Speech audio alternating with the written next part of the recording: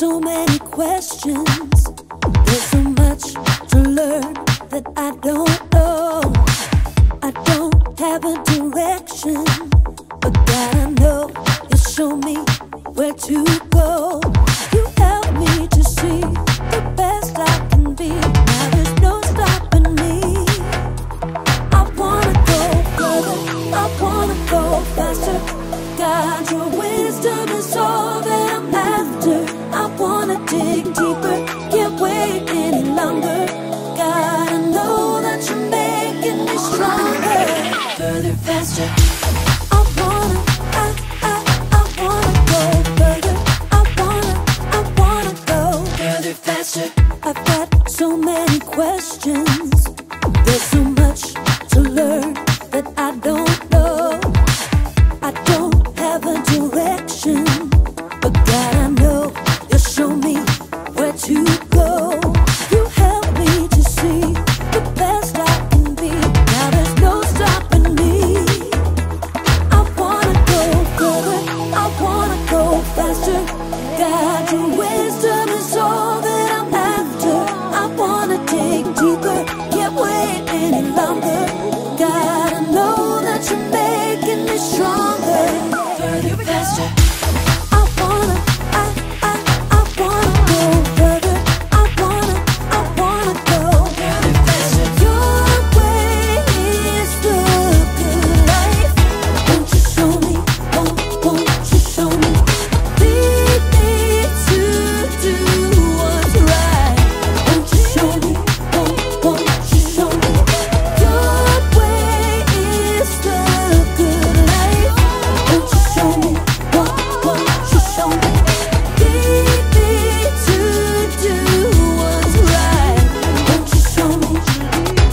I wanna go further, I wanna go faster. God, your wisdom is all that I'm after. I wanna dig deeper, can't wait any longer. God, I know that you're making me stronger. I wanna go further, I wanna go faster. God, your wisdom is all that I'm after. I wanna dig deeper, can't wait any longer. God, I know that you're making me stronger. Further, faster. I wanna go further. I wanna go further, faster.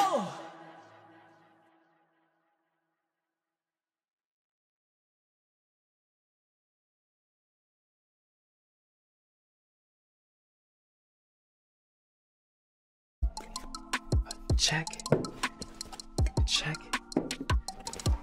Wait, where's the food coloring?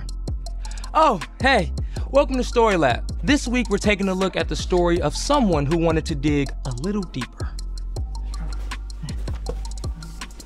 Aha! Food coloring. Whew. Food coloring and Story Lab are like PB&J.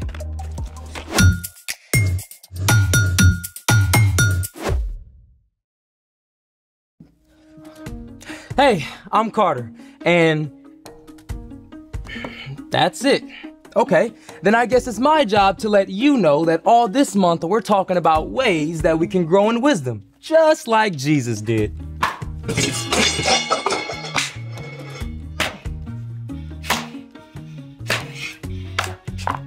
And I'm Zeke. And I'm Zeke. Little late, superhero. What? You said we're taking a deep dive into the ocean today, so I'm ready. I meant deep dive into knowledge about the ocean, not actual water. Oh, so I don't need a snorkel? We're only using this much water. Well, let's make it. Today, we're exploring the ocean layers on land. We'll use our imagination and some of these supplies. For this activity, we will need 5 jars of water, sea salt, food coloring, scrap construction paper, and a syringe with a tube, or a funnel in a large straw will do. Is this for breathing underwater? First things first. Step 1, add salt. This first jar will get no salt, the next will get 2 spoonfuls, then 4, then 7, then 9.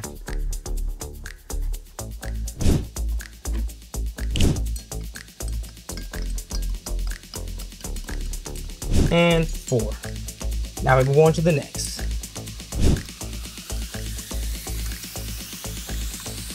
And 7. All right, and the last one.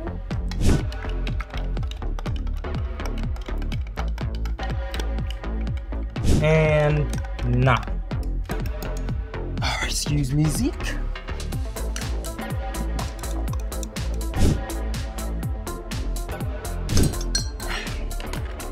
Hey, the ocean is saltwater, right? Yep, but we're also adding salt to increase the density of the water.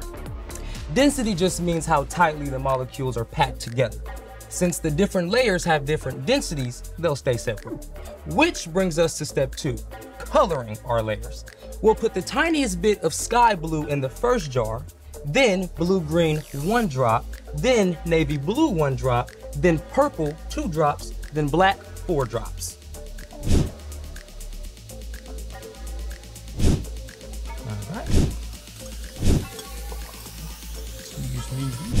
So I'm thinking the ocean layers go this way instead of that way. Step 3, the layers all go in here, carefully. Now, each colored salt solution represents 1 layer of the ocean. We'll start at the bottom with the darkest water, the trenches. Carter, I'm always willing to be in the trenches with you. Thanks, Zeke. Whew, it's so dark down in the trenches. Yep. 0 sunlight reaches the trenches. And the deeper that you go in the ocean, the higher the density of the water. There's so much we don't know about the deepest parts of the ocean, but we do know that sea cucumbers and starfish live there. All right. Now we're going to pour in the rest of the layers. Because each color is a different density, they should layer rather than mixing. But it's a little tricky, so we're using this tube and some paper to help.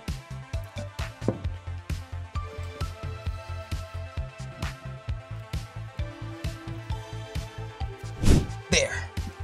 All right, next layer, the abyss. I feel like we're doing very delicate sea surgery. Peering into the depths of the abyss. This zone is where many types of squid and shrimp live.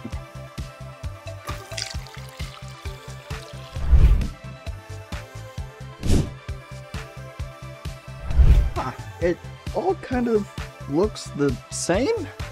You know what we're missing? Light. Here it is. You see? Yeah. All right, okay. Now for the next layer, the midnight zone. In the midnight zone, we find anglerfish and the ever-popular blobfish. That looks so cool. That's great. Okay, next. The twilight zone. We get a little more light reaching down here. Here you go.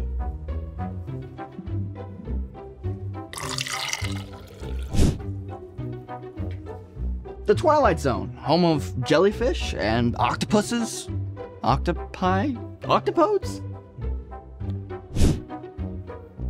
All right. And finally, the sunlight zone, our lightest solution both in color and density. You ready? Yep. Sunlight. Almost done. Yep. In the sunlight zone, we find sea turtles, clownfish, flying fish, manatees, dolphins, tuna fish, blue whales, and so Much more. Oh, dude, this is awesome sauce. It's so cool how the layers stay separate. Yeah, the ocean covers almost 3/4 of the Earth's surface, and we only know details of about 1/3 of the ocean's animals. And every year, almost 2,000 ocean animals are discovered. The deeper we go, the more there is to learn. Speaking of, it's time for... The story before the story. Today, we're in the 3rd book of the New Testament, Luke. God made a perfect world, but people turned away from God. From the very beginning, God had a plan to restore us to relationship. Even when the people turned away, over and over again, God remained faithful.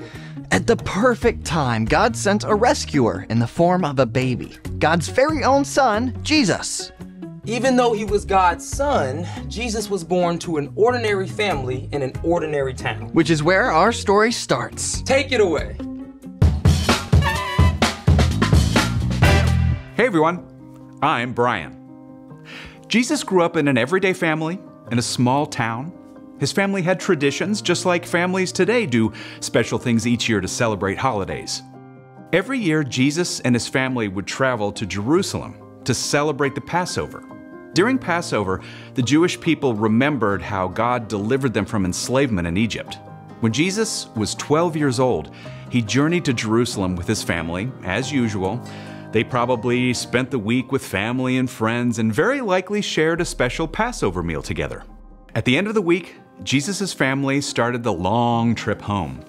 But after the first day of travel, they discovered something. Jesus was nowhere to be found. You told him when we were leaving, right? Of course I did. Everybody knew. Mary and Joseph had probably assumed Jesus was with cousins or friends somewhere in the group of travelers. No one has seen him all day. Did we really leave him behind in Jerusalem? We have to go back, right now. Mary and Joseph raced the whole way back to Jerusalem. By this time, 12-year-old Jesus had been without his parents for several days. Any news? Nothing. None of our family or friends have seen him anywhere. He's got to be somewhere. We haven't looked there. The temple? At last, Mary and Joseph climbed up to the temple, and sure enough, Jesus, my son! Jesus, have you been here all this time? This young man has been asking us questions. Pretty impressive ideas, too. We're frankly amazed by what he understands. Jesus, we've been looking everywhere. Why didn't you tell us where you were going? Why were you looking for me? Didn't you know I had to be in my father's house? It's time to go home now. Come back anytime. Jesus returned home to Nazareth with his parents and continued to obey them. As he grew up, he became wiser and stronger and more pleasing to God and to people. The end. That's crazy. Jesus was without his parents for days in a big city. What did he eat? Where did he sleep? Well, Luke does not record that part of the story. So what's our part in the story? Jesus is God's own son, and he looked for and grew in wisdom. Now, if Jesus did that, then it's definitely important for us to look for wisdom too. Wisdom is finding out what you should do and doing it. Okay, I know how to look for stuff, like my shoes. But how do we look for wisdom? Oh, well, you can think of wisdom like a buried treasure that you really have to dig for. Wisdom isn't just being smart or knowing things. Wisdom is knowing what to do with what you learn. Yeah, like I can know that eating veggies will help me stay healthy, but that doesn't matter if I keep scarfing down junk food. You gotta actually eat those carrots and hummus. Great example. You can also gain wisdom from your mistakes. I put off studying for a test last week. Then I had to stay up super late to study, and I was so tired I didn't do great on the test anyway. So wisdom for you will be starting to study ahead of time for the next test. For reals.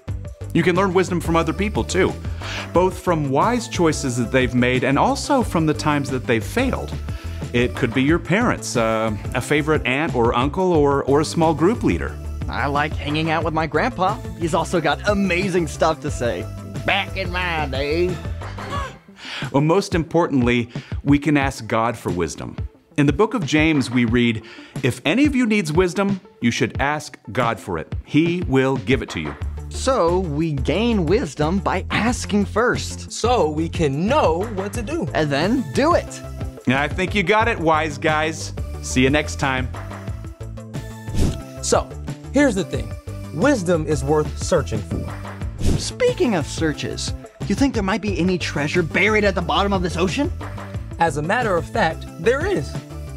Are you joking? For reals? Yeah, I buried our lunch money in quarters. Oh, we get to dig for buried treasure! Thanks for joining us for the Story Lab. See you next time. Okay, should we use the syringe? Or maybe the tiniest shovel. Why not both? All right, let's do it.